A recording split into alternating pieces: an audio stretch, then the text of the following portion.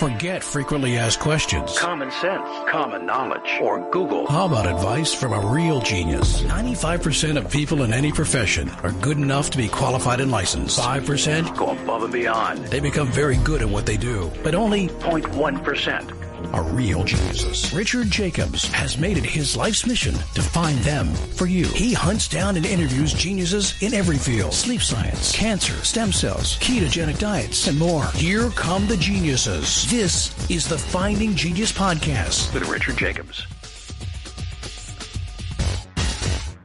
Quick note before we begin, the Finding Genius Foundation, as part of the Finding Genius podcast, has recently completed a book about understanding viruses. So the creation of this book was to interview 100 virologists, ask them a lot of deep, difficult questions, take the most difficult questions, and then re-interview the top 25 or so and ask them the hardest questions I could think of.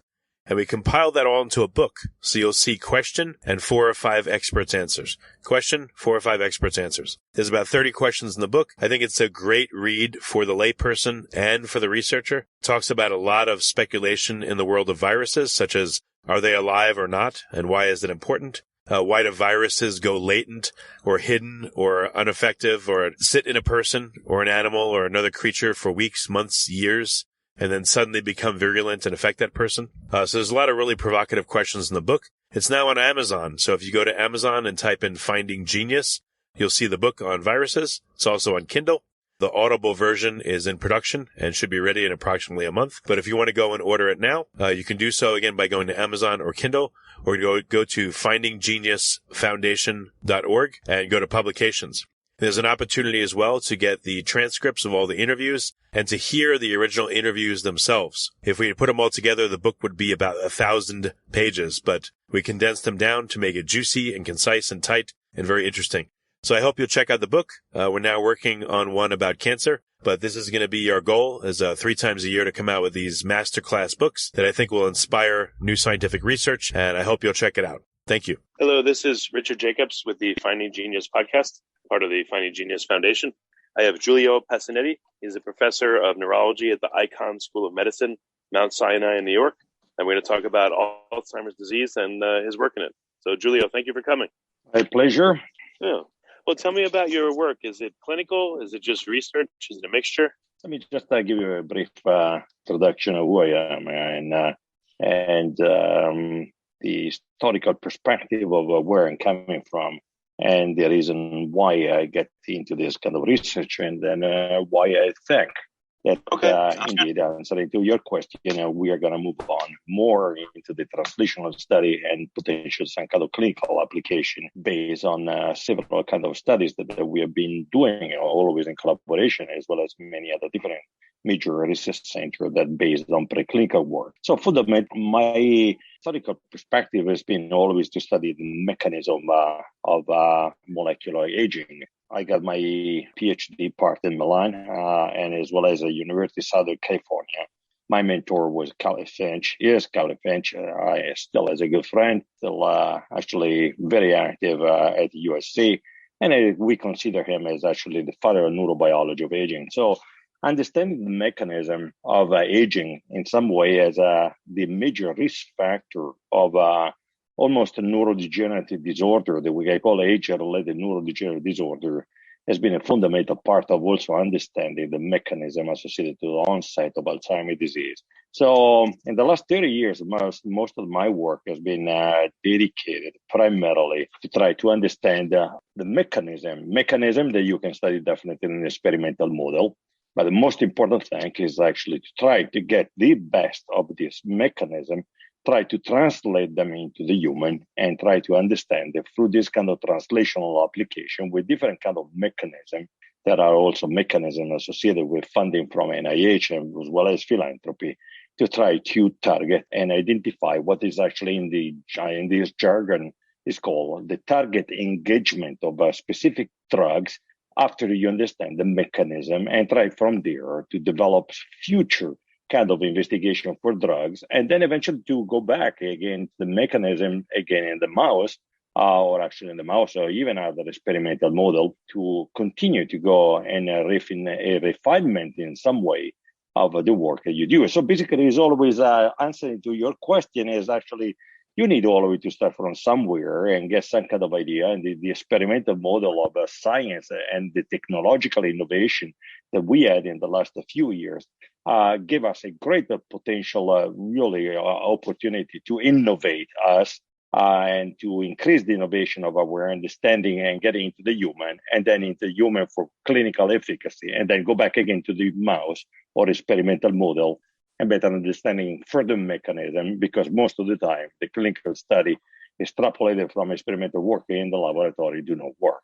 All right. So what are you researching in particular? Are you studying amyloid plaque formation or tau tangles, or what are you studying? Well, this is actually has been one of the major, I would say, breakthrough of better understanding the neuropathology of Alzheimer's disease. The neuropathology of Alzheimer's disease has been always a debate a long time ago. Basically, it's a cause, or maybe it's just as an effect.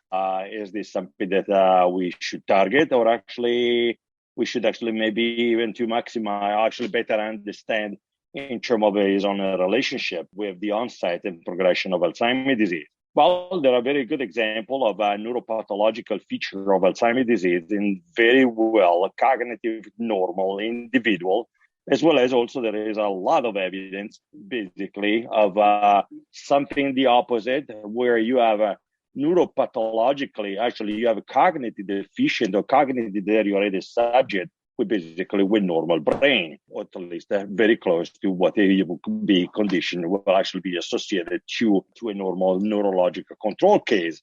Now, the point is this actually just brought up this just as an example for an extreme.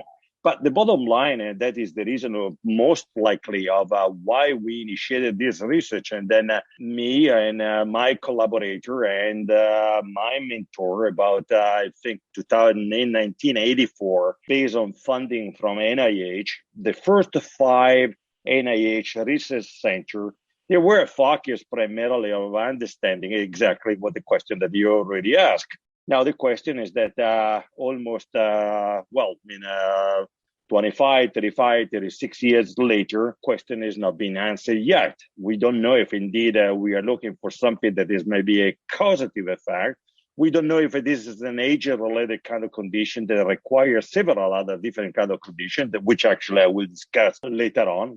We can define modifiable risk factor that may be the player and most likely the mechanism in vivo that we should, or actually condition in vivo that we should better understand for that may influence in a binary way the positive versus the negative effect of this neurobiology of or neuropathological feature of Alzheimer's disease.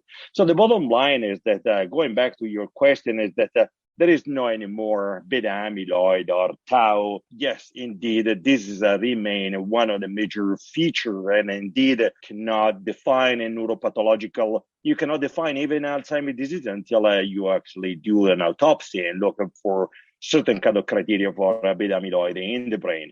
But most important things that became very important into the literature is being, and also into the field, and also for the general population, is the understanding that many of the drugs, actually, I'm sure that you realize that most likely we have been conducting probably 200, 300 clinical trial in the last 30,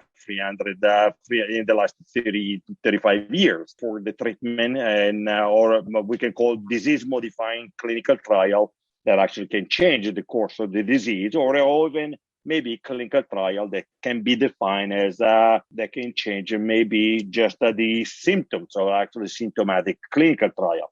So the bottom line is that regardless if it's disease-modifying or symptomatic, unfortunately, the attrition rate for all these clinical trials that cost today approximately $1 billion from the bench to the pharmacy, the attrition rate is about 0.4, means that 96% of this clinical trial actually failed. What is the latest assumptions on Alzheimer's? I've heard that some people say that it's a type 3 diabetes and insulin resistance of brain cells. Like, what is the latest thinking, and then what's your specific focus? Before we continue, I've been personally funding the Finding Genius podcast for 4.5 years now, which has led to 2,700 plus interviews of clinicians, researchers, scientists, CEOs, and other amazing people who are working to advance science and improve our lives and our world. Even though this podcast gets 100,000 plus downloads a month, we need your help to reach hundreds of thousands more worldwide. Please visit FindingGeniusPodcast.com and click on Support Us. We have 3 levels of membership from $10 to $49 a month, including perks such as the ability to see ahead in our interview calendar and ask questions of upcoming guests, transcripts of podcasts you're interested in, the ability to request specific topics or guests, and more. Visit FindingGeniusPodcast.com and click Support Us today. Now, back to the show. Well, I mean, actually, one thing I figured that that is exactly what I was thinking about to introduce you when I was telling you that besides this, what the discovery that we have done in the last 30 years about beta amyloid or a neuropathological feature that has been always associated with Alzheimer's disease. And let me just make a premises here that I remember that one of the last clinical trial that actually targeted beta amyloid. It was very successful to remove beta plaque or amyloid plaque from the brain. The big question is that even without plaque and even without neuropathology, the patients and the subject continue to become demented.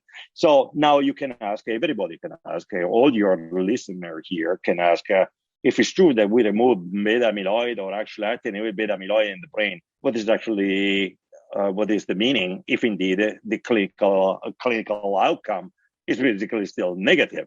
So that is actually the reason why, and I think your question is very important, and indeed has been where in the last 5 years, my research and my center actually, that is a Center for Promotion, actually Center for Research in Molecular Neuroresilience, is basically try to understand that indeed we have what we can define a potential modifiable risk factor versus something that are potentially non-modifiable risk factor. Among going back to your question about diabetes, but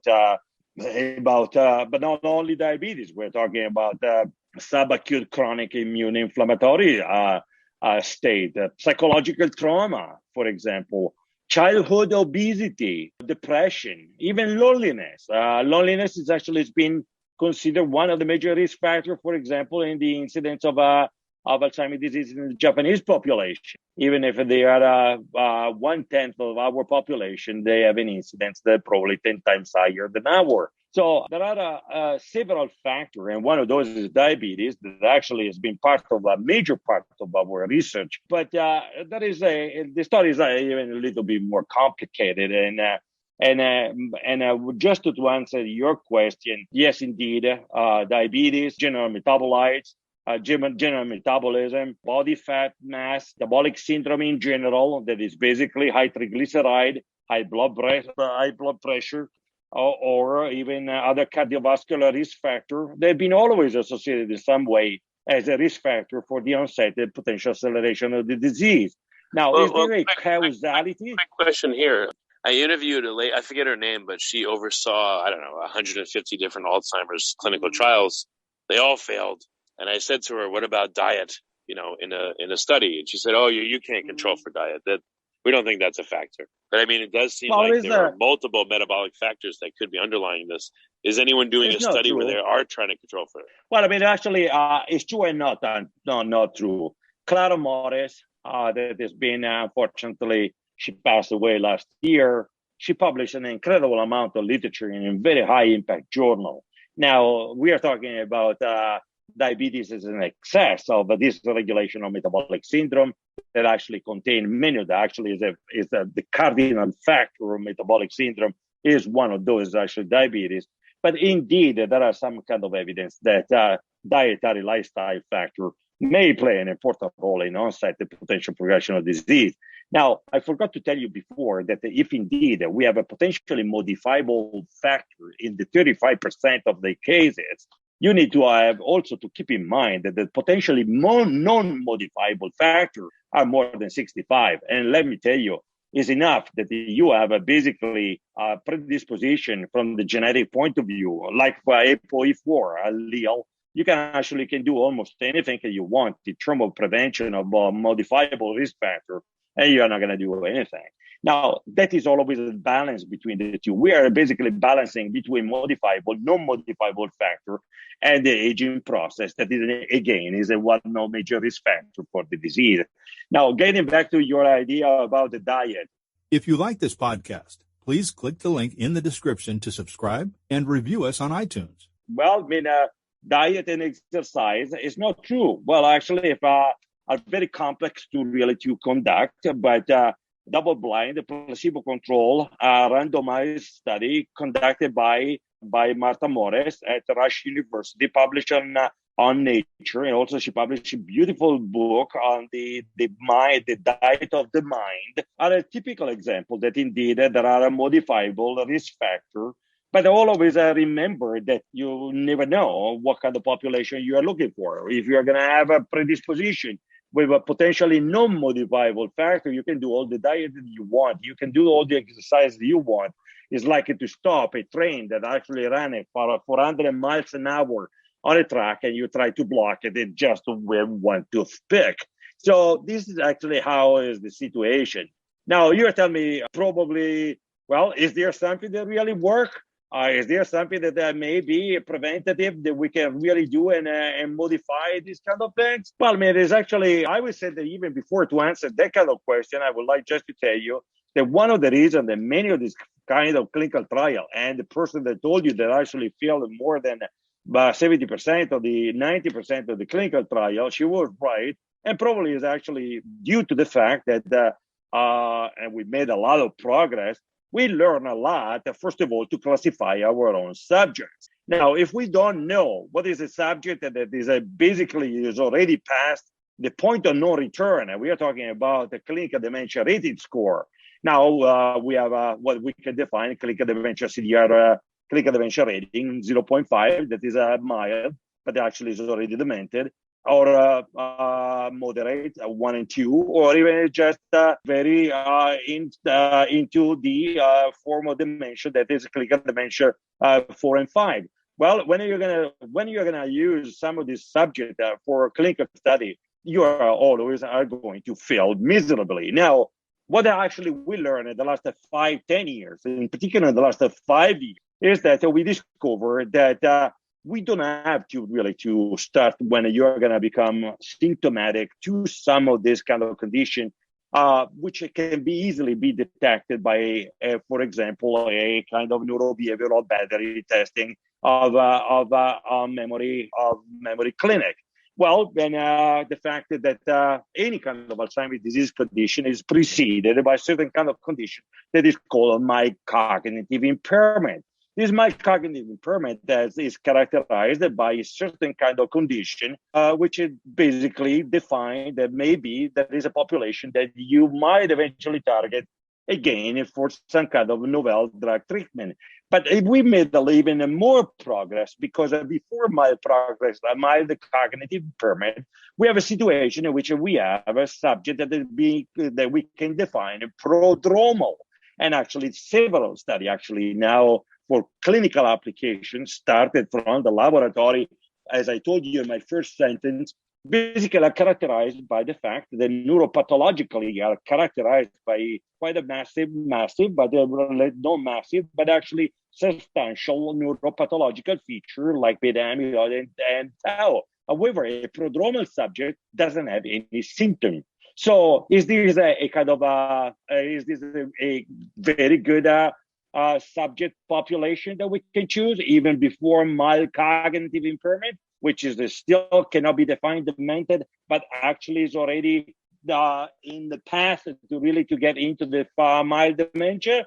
Well, some clinical trial they have shown and actually can monitor this subject just by imaging, and then you can just say that if they have a neuropathology or not. Well, there are some very encouraging evidence that this may be the case and do some kind of prevention.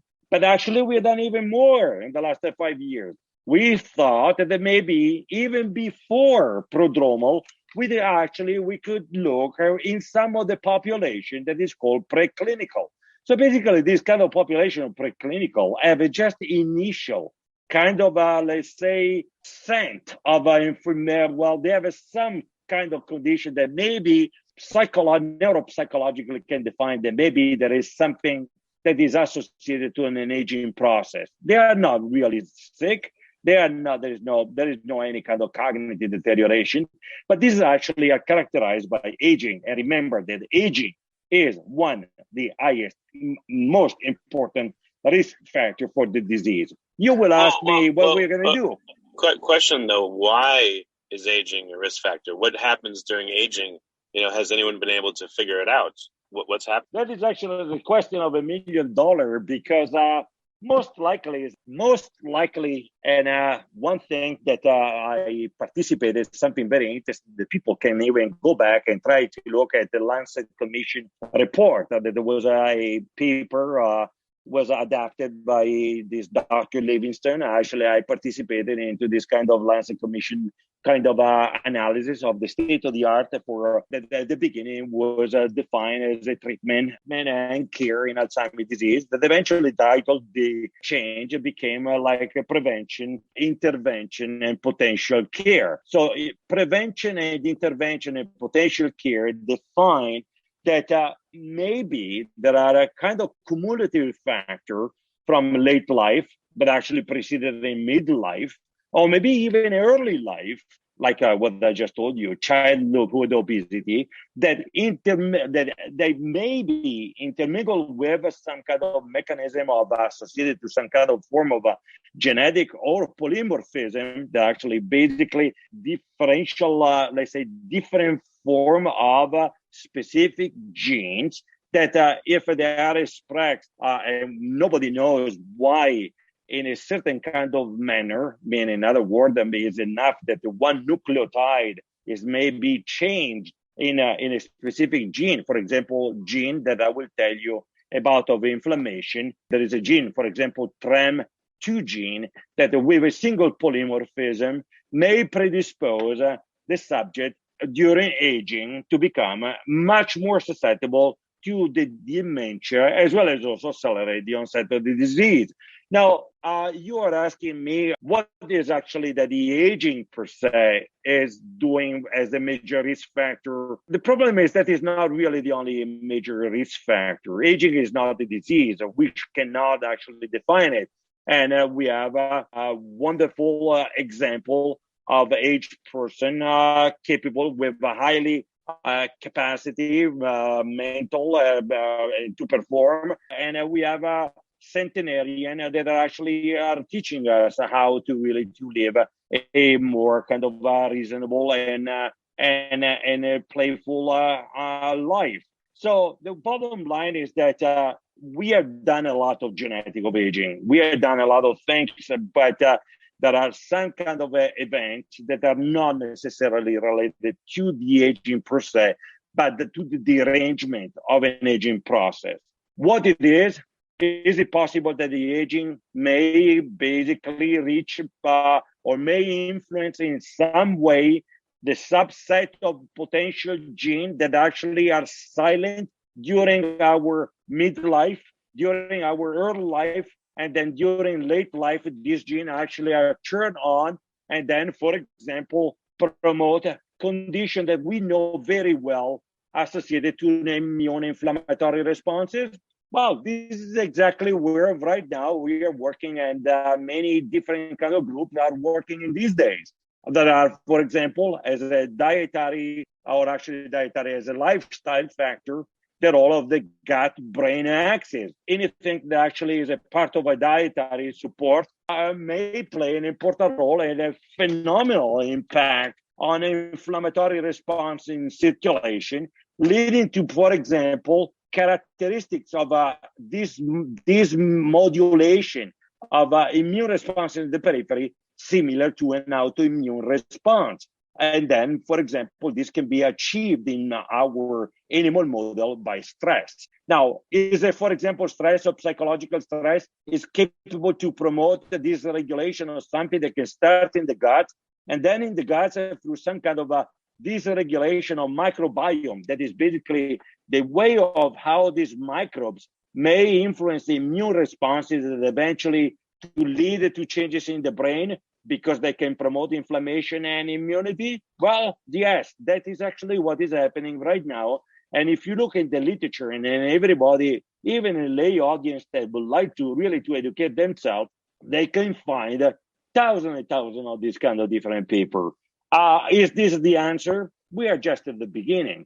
But nevertheless, we really understand that how peripheral gut, or actually the gut and the brain axis, or even just the possibility that what we thought that maybe the brain was a kind of immune protected organ, and there would be a neuroimmunomodulatory kind of aspect of what's happening in the brain, and no impact of immune responses in the brain, and therefore that it was not even to be considered something that it could have been one of the cause of degeneration, neuroinflammation, and then eventually potential degeneration, and then potentially even Alzheimer's disease, or even mild, or even a major depressive disorder. Well, there are all of that in these days. Unfortunately, we need to consider that are a risk factor, putting them all together, that I initiate from early life to midlife to late life, and then all of this into the fact that we might have some predisposition based on the fact that there are some gene or polymorphism, single nucleotide in our DNA, may make us more susceptible to an aging process, and maybe some other actually will age normally without absolutely any kind of event, and living a normal life. There are many, many factors, but which ones have you chosen that are the most promising to you that you are focusing on and trying to figure out? There is no question about that, and that is not even just because we initiated. We do believe that right now, still, despite the fact that, as I said before, the neurobiology of aging, as well as the Alzheimer's disease research, is very little kind of skeptical about this idea about the neurobiology, the neuropathology of Alzheimer's disease, beta amyloid and tau. Still, they play an interactive mechanism with something that could be a neuroinflammatory, infective disorder kind of condition. So viral infection in the brain appears to be one very important factor in these days. And as I said before, the neuroimmunomodulatory effect from the periphery to the center, to the brain, in terms of innate immunity, for example. Innate immunity was something that was not even considered 10 years, 15 years ago to be responsible for any kind of immune response in the brain. Today, we can do these studies in both in animal as well as in human. Now, getting to your question, the strong interaction and then the potential susceptibility based on the fact of this single point mutation or maybe polymorphism of gene associated to inflammation and their interaction with some kind of emerging phase of the neuropathology is going to be what, in my opinion, and not only just my opinion, and the modulation through manipulation of genetic approach, innovative genetic approach, like using the CRISPR-Cas9 model in animal models, still far away as a method to cure genetically human beings, but actually talking about only for experimental reason, will actually provide us a possibility to understand a causative effect or a cause-effect relationship between, indeed, the reason actually between neuropathology and neuroinflammation.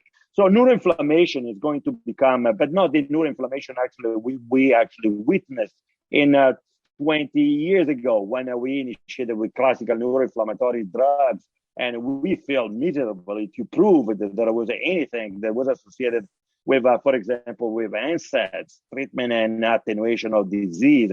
We are talking about immune inflammatory responses that can play a very important role in mechanism of survival of cells, that can play an important role in immune responses, that can play how the immune system, the peripheral immune system, may interact with the brain. For example, the ratios of certain kind of T cells that actually can be beneficial. Actually, they call T regulatory cells in the periphery and Th17 cells in the periphery.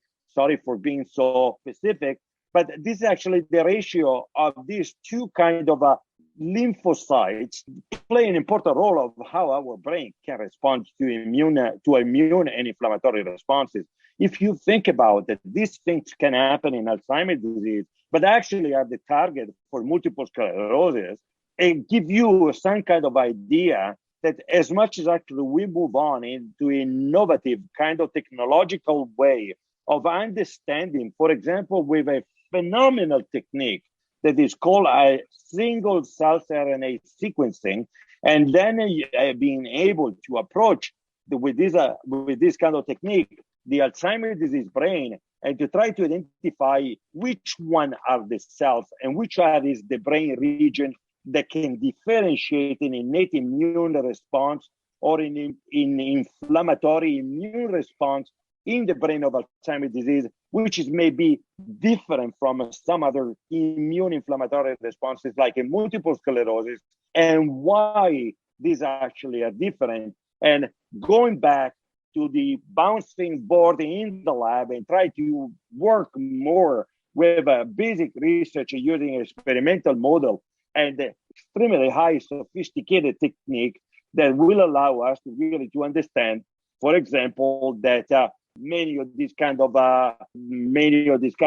condition may not even related to the genetics as we normally understand. Julie, I have a quick question here. Has anyone looked post-mortem at brains of people that have plaques and tangles and all that, but no dementia, and people that have dementia, and compared the brains? Has anyone done a study where they've looked at, let's say, 50 of each? Yes. And what has been observed?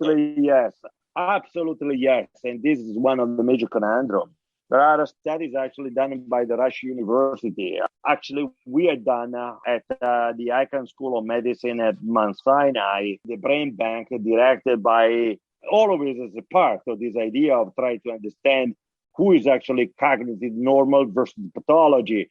And actually, we have a brain bank that is actually directed by Dr. Brahma Rotunian, with whom I actually collaborated for 25 years. Well, I mean, actually, there is even more what you just said and what you asked. Not only you can find perfect brain in demented subject, as well as also vice versa, but actually you can see that sometimes brains of subjects that live longer are characterized by neuropathological features that actually you would think that actually would kill you 20 years before. Now, there is also a very interesting study that many people in the field already know about. It's called the NUN study. Actually, they found that, and this is actually everything initiated from there, the NUN study at the Rush University was actually to find nuns that actually donated their brain, and they found exactly what you just said. Well, perfect brain, neurological control brain in demented subjects, and the demented subjects are basically with the opposite of what you would like to expect. So what does it mean? Well, it's actually the same thing when I was telling you before that in some way there is such a kind of a heterogeneity into a kind of a population, or actually heterogeneity of factors that can maybe cross-interact each other from early life, or midlife, or late life, and all of them actually lead to some kind of or completely different kind of end results. Okay, so in the NUN study, they looked at the histology of the tissue, like what, I've heard that people without dementia will still show plaques. Maybe they won't show tangles, but what was observed from that study? What physically was observed? Were there different size plaques in the two groups? Was there different morphology of the plaques? Like, what was different? Well, actually, getting into the detail, this actually is a study that is about 20 years old. I cannot just tell you, but I should actually go back and read it again. But one thing that is extraordinary, in my personal opinion, is that is in some way, again, what is actually is the definition of dementia. That is the problem. Is dementia that is neuropsychologically actually defined by a battery or neuropsychological term, and standardized in a population, and in a population that has been in some way randomized, double-blinded, and then you're going to figure it out at the autopsy that is basically the subject that actually were most of the cognitive deteriorated subject were actually those ones that actually had the least of the neuropathology or actually definition of a normal aging. Well, this answered all the questions that is a part of from the beginning of this kind of discussion. Now, there is we at Mount Sinai, in collaboration with Claudia Kawas at University of California, Irvine, several years ago, we initiated certain kind of studies and tried to identify, for example, the characteristics again to define a criteria for inclusion of subjects in our own clinical study. And with Claudia, and actually with Ari Arotunian, and then several other investigators at Mount Sinai, and also University of Kansas at that time, what we discover is that, what I just told you before, that mechanism associated to oxidative stress, pro-inflammatory cascade, mechanism associated to degeneration and immune responses were actually found in the subject that actually died at the very oldest age. Now we actually look at young old. I even now don't remember exactly the definition, but actually we have a subject between 50 and 65. Then from 65 to 85, from 85 to 100, 120. So basically, we found that the people that actually survived longer were actually subjects that they had most of the neuropathology and most of the degenerative kind of condition. Now, this is like together with this idea of the non-study, bring up and then ring a bell about, again, what is that during the process of aging, or maybe genopolymorphism, or maybe even something else that many people have been investigating that is not associated to genetics, but maybe to epigenetics.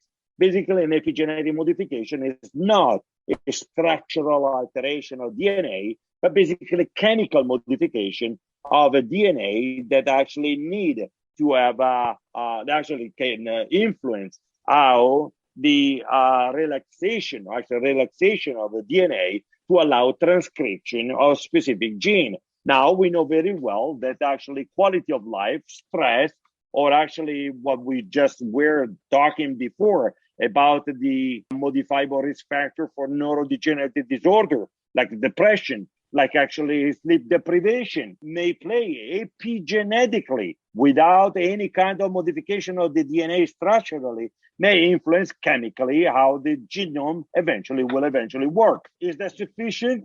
Well, it's depending upon if that is actually overlap with something that may be even bad in terms of genomics. So that is actually, this is not all the things that I raised here is just to give you just in some way the level of complexity, but I'm actually very confident that how we move forward for example, in terms of precise medicine, and basically to try to subdivide a set of population with certain kind of polymorphism, or actually determination of a certain kind of epigenetic characteristics, or maybe to test the effect of a certain drug even before you're going to develop the disease. And I will tell you one very interesting study that actually is currently going on at Harvard University. And Rudy Tanzi is doing a terrific kind of work.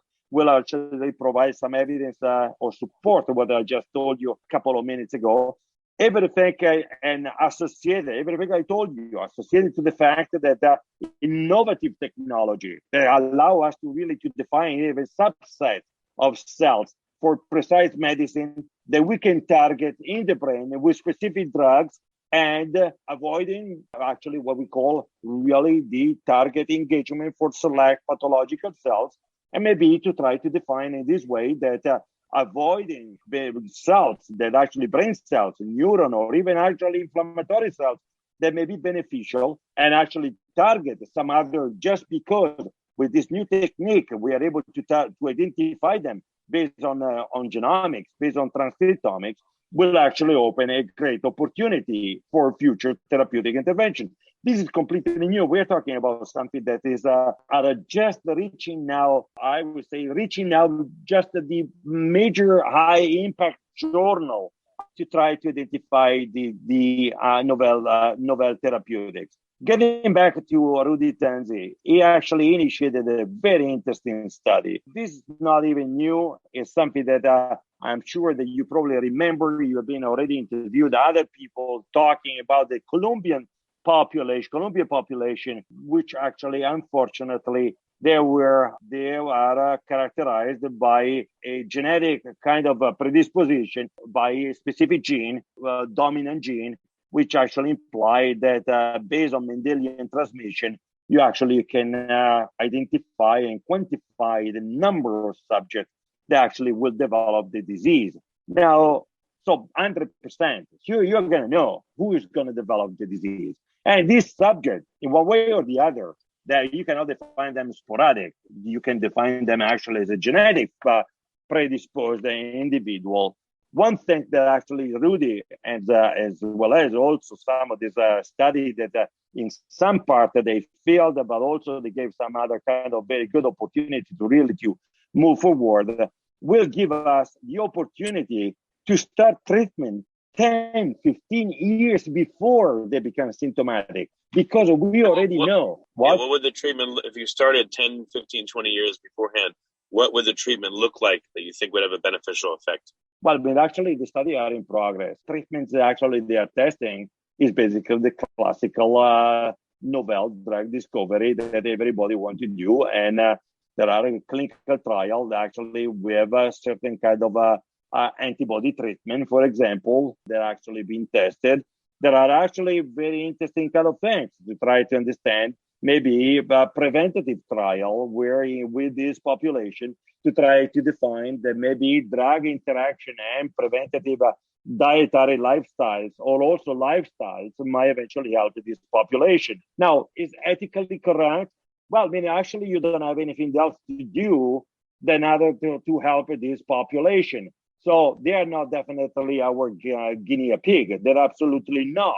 This is only the way to really to help this population. You ask me what kind of drugs. There are some proprietary drugs actually they are testing. Many people criticize the idea that using a population that is actually genetically modified, which nevertheless, in some way for a mutation in a gene that is called like presenilin, may eventually may initiate in the fourth or fifth decades of life symptomatology of Alzheimer's disease, and maybe having just the possibility to understand that we can delay some of this cognitive decline, or even understanding some of the mechanism, even if we know that these are not sporadic cases. I think that it will be a sacrifice of these wonderful people that were unfortunate to really they were born with this kind of an inherent kind of a gene, and offering their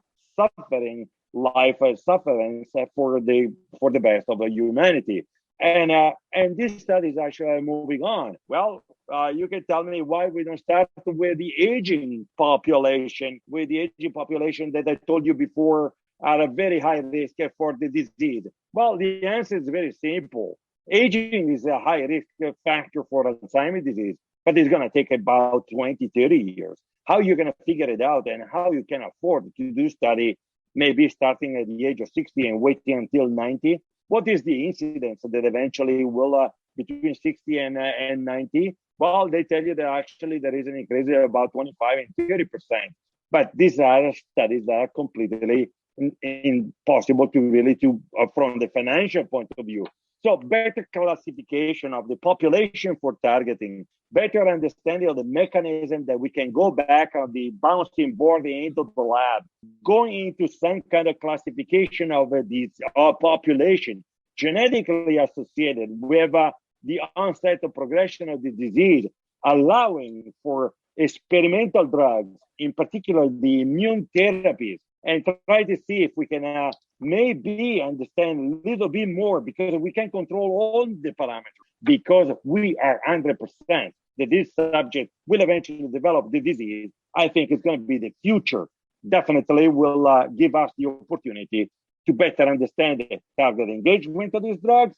We tell possibly in post-mortem brain to understand what is the beneficial effect, maybe at different stages of the disease, because most likely there will be some kind of a subject that actually will die earlier in an accelerated kind of phase of the disease, and then continue to work in the laboratory, screening million of compounds, going back through drug discovery program, try to understand mechanism, better understanding of the interrelationship between environment factor, protection. There are several grants supported even by NIH and then Alzheimer Association to understand that we can do prevention by quality of life. One more question here.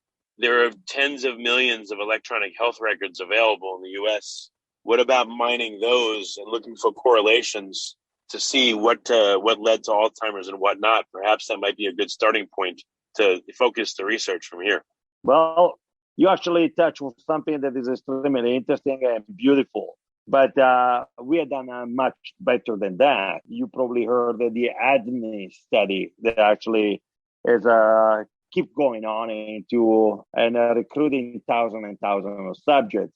The ADNI study actually is looking in a population that actually range from a normal cognitive, prodromal, a mild cognitive impairment, even just some kind of a very early phase of dementia. The interesting part from this study, which actually, unfortunately, they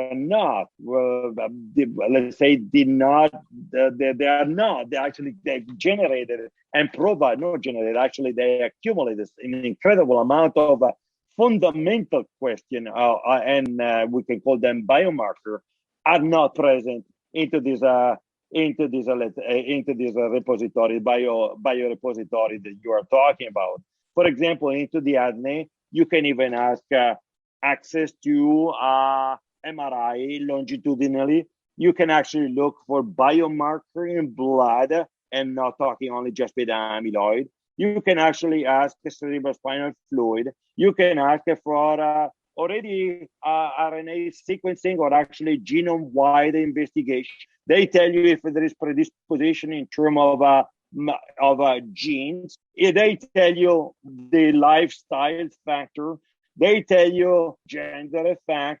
They are monitored for diabetes. They are monitored for depression. They are monitored for all these kind of things. And all this kind of information are available to any investigator on the planet Earth. And this is most likely, unfortunately, a step that we have to take back and try to go again. I use for the third time the bouncing board in the lab, and then to try to put all these kind of points and try to connect the better lines, and then eventually to try to figure it out that maybe we are in the right direction, but where we start, I think is in some way, aging is definitely, again, one of the most mysterious kind of mechanism that lead at some point in of a period of our life, of our life history, in a kind of position that make us a successful ager versus unsuccessful ager. It's because we have some learn how to live better than others. I don't think so. I think that actually science is moving in with this new technologically advanced, with high, very impact kind of a science. I'm a reviewer into NIH. I review grants from philanthropies and Alzheimer Association, and I can tell you that I see every year an encouraging level of enthusiasm, passion, dedication. And I'm sure that despite all these kind of multiple factors that we just discussed in the last half hour, will be in some way will be put together and will allow us to really to come up with something that most likely is at the beginning of all this cascade of events, and eventually to initiate seriously prevention and therapy. All right, Giulio, we're at the end of time. What's the best way to find out more about your work? Where can people go? We have actually, I think we have. I asked my responsible for my platform, and his name is Jay. We have 2 websites for the Center for Molecular Integrative Neuroresilience at the Icahn School of Medicine. Jay, that is listening right now, will be able to provide all the information, and definitely. There are initial information that they eventually will lead into more and more kind of investigation that we are trying to move on. The new grants that actually NIH supporting us for understanding the role of stress, psychological stress, and onset of dementia, and everything will be there. And we will provide this information, and Jay will definitely do. He's listening us as we speak. Very good. Very good. Giulio, thank you for coming on the podcast. I really appreciate it. My pleasure. If you like this podcast, please click the link in the description to subscribe and review us on iTunes. You've been listening to the Finding Genius podcast with Richard Jacobs. If you like what you hear, be sure to review and subscribe to the Finding Genius podcast on iTunes or wherever you listen to podcasts. And want to be smarter than everybody else? Become a premium member at findinggeniuspodcast.com. This podcast is for information only. No advice of any kind is being given. Any action you take or don't take as a result of listening is your sole responsibility. Consult professionals when advice is needed.